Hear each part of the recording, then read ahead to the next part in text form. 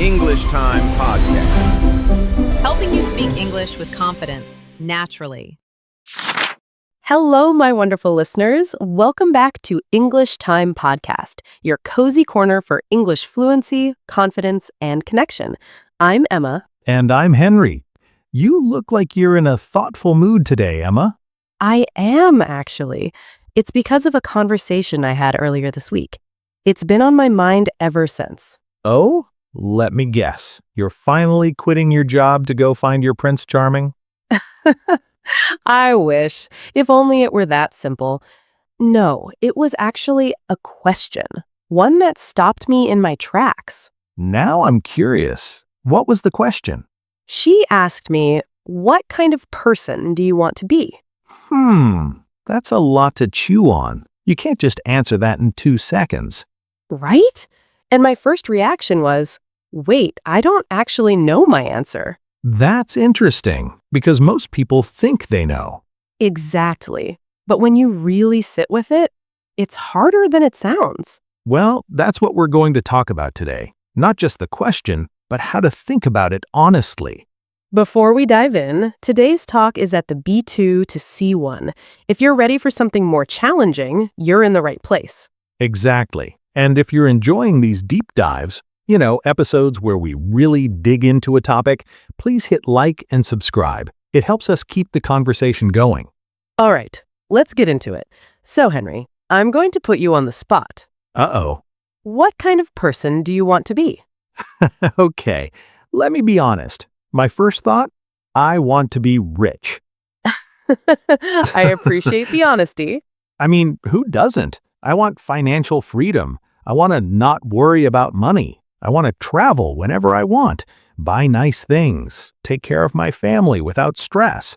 That's very human. I think a lot of people would say the same thing. Right? And I also want to be, respected? Maybe even a little famous? Famous? You mean like a celebrity? Well, maybe not a movie star, but renowned, like respected in my field. People know your name because you're actually good at something, not because you went viral for doing something embarrassing. There's a difference, right? But honestly, you're not alone. We live in a world that's obsessed with impact. Everyone's chasing it. Change the world, leave a legacy, get remembered. It's everywhere. Social media makes it worse. We see influencers with millions of followers, entrepreneurs building empires, people giving TED Talks and writing bestsellers, and we think that's what success looks like, so we chase it.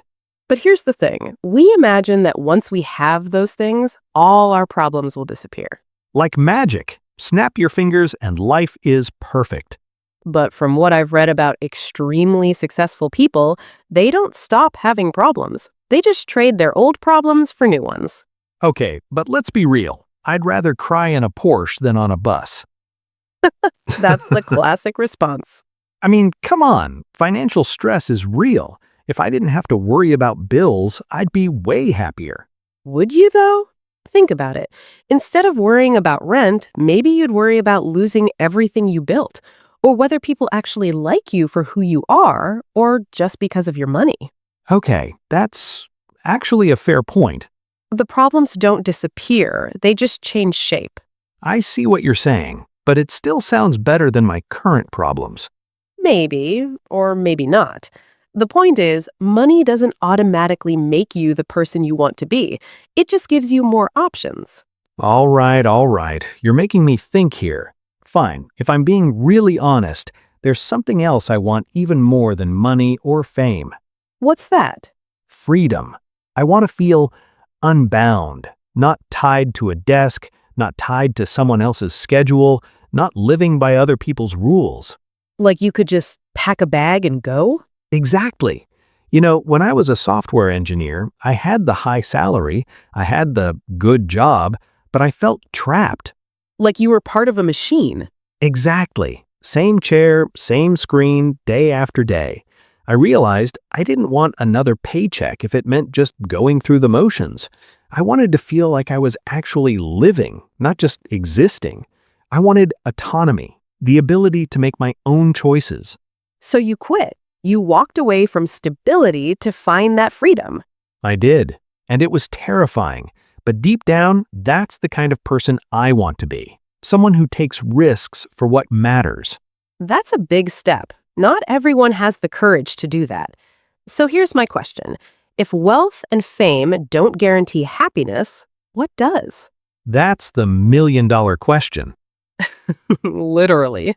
You know, I've been thinking about this, and I realized the answer isn't in the big stuff, it's in the small stuff. The small stuff. You mean like everyday moments? Yeah, let me give you an example. Last week, I was having a terrible day. Everything felt heavy.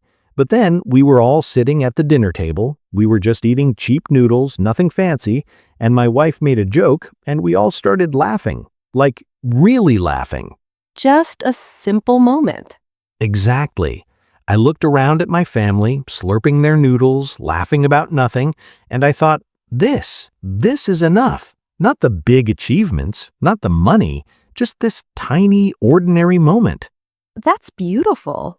And it made me reconsider my answer. Maybe what I really want is to be fully present in moments like that.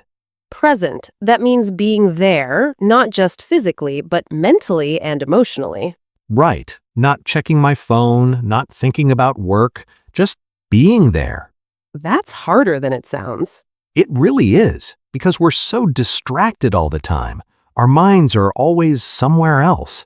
I can relate to that. Sometimes I'm with my friends, but I'm not really with them. I'm thinking about my to-do list or scrolling through my phone. And then you look back and realize, I missed it. I was there, but I wasn't really there. That's such a sad feeling. It is, and that's why I'm trying to change. I want to be the kind of person who shows up, really shows up. Okay, my turn to ask. You said this question stumped you earlier, so have you found your answer? What kind of person do you want to be? Honestly, I used to have a very different answer. What was it? I wanted to be impressive. I wanted people to look at me and think, wow, she's really got it together. Got it together, like your life is perfect. No mess, no mistakes, everything under control. Exactly. And keeping up that image was exhausting. I was always performing, always trying to seem confident even when I wasn't, always worried about what others thought of me. So what changed? I got tired, literally. I was so exhausted from pretending, and one day I just stopped. What happened when you stopped? At first, I felt exposed, vulnerable, like everyone could see the real me and the real me wasn't good enough. Vulnerable. That means open to being hurt, like you have no armor protecting you. Exactly. But here's the weird thing.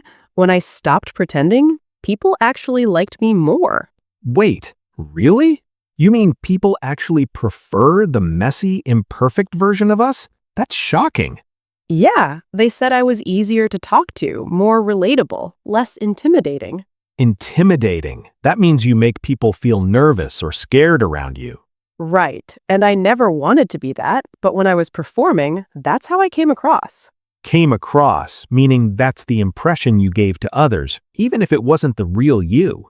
Exactly. So I decided to drop the act. So now, what kind of person do you want to be? Real, honest, kind. I want to be someone people feel safe around, someone who listens without judging. That's a beautiful goal. It's not glamorous, it won't get me famous, but it feels right. You know what I love about your answer? It's about how you make other people feel, not about what you achieve. You're right, and I think that's the shift. When you're young, you think about what you want to get. When you grow up, you start thinking about who you want to be. That's deep. I have my moments. But it's true. When I was younger, I thought success was only about the destination, the big house, the money, the career. Now I realize success is also about how you get there. Are you kind to people along the way? Are you honest?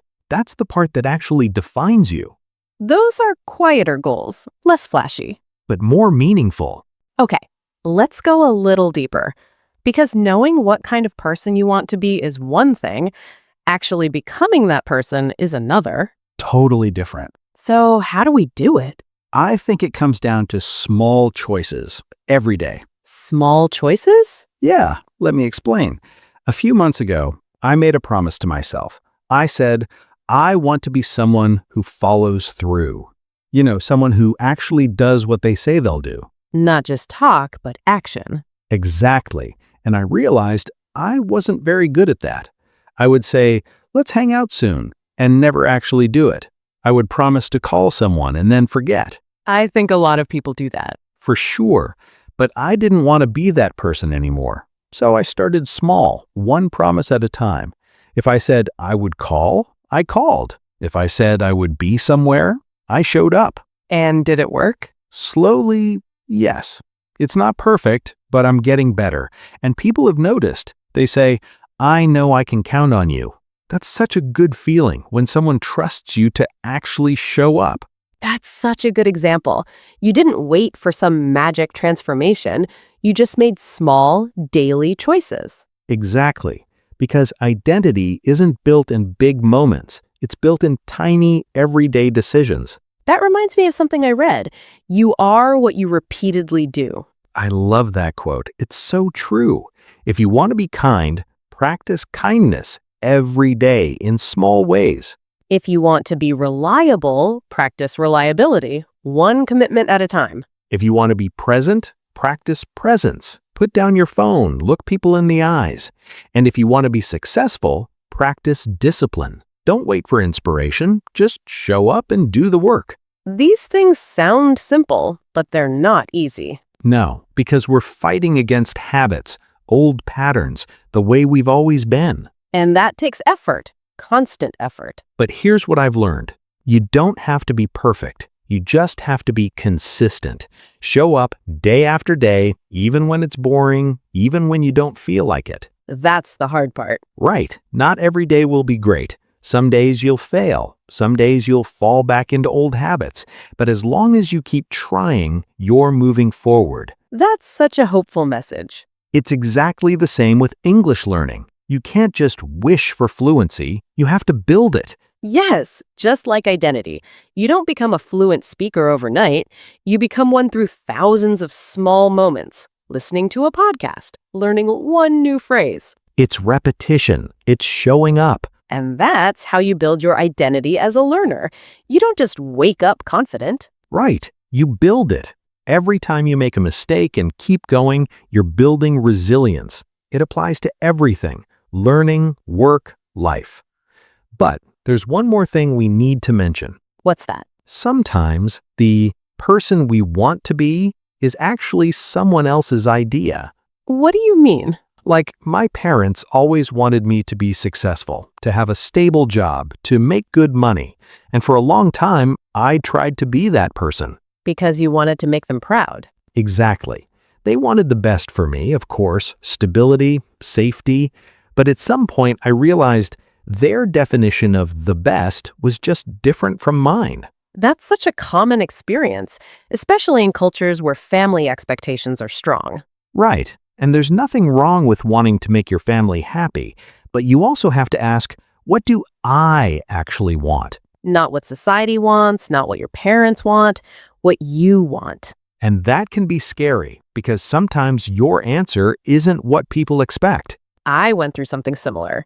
I used to think I wanted a high-powered career, big salary, important job title. And now what? Now I realize I just want to do work that feels meaningful, even if it's not impressive, even if no one claps. Even if no one claps. That's a powerful line. Because so much of what we chase is really about approval. We want people to see us and say, wow, you're doing great. But real fulfillment doesn't come from applause. It comes from alignment. When who you are on the outside matches who you are on the inside. When your actions match your values. Right. That's when you feel at peace. Not when everyone's clapping, but when you look in the mirror and think, yeah, this is me. And that's what I'm working toward. Not perfection, just alignment. I think that's the healthiest way to approach this question. What kind of person do you want to be? It's not about having the perfect answer. It's about being honest with yourself. And being willing to grow, to change, to keep asking the question. Because the answer might evolve over time. For sure. The person I wanted to be at 20 is very different from the person I want to be now. And that's okay. That's called growth. All right, let's wrap up with 3 takeaways, key points you can actually use in your life. Takeaway number 1, ask yourself the question, honestly. Not what do my parents want me to be, not what looks impressive on Instagram, but what kind of person do I actually want to be? Write it down, say it out loud. It might feel uncomfortable. That's okay. Honesty usually does. Takeaway number 2, focus on small, daily choices. You don't become kind, reliable, or present overnight. You build it, one conversation at a time, one moment at a time. If you said you'd call someone, call them. If you're with your family, put down your phone. Small choices add up. Takeaway number 3, separate your values from other people's expectations. This is hard, especially if you grew up in a culture where family expectations are strong. But at some point, you have to ask, whose dream am I chasing? It's okay if your answer isn't impressive. It's okay if no one claps. What matters is that it's yours. All right, that's it for today. Thank you so much for staying with us until the end. Before we go, here's a question for you. If you could describe the person you want to become in just 3 words, what would they be? Tell us in the comments. We'd love to hear your answer. Take care of yourself, be kind to yourself, and we'll see you next time. Bye, everyone. Your progress so far has already been wonderful. If you'd like to keep going and feel even more confident with your English, feel free to check out the next video or take a look at some of the other ones we've picked for you.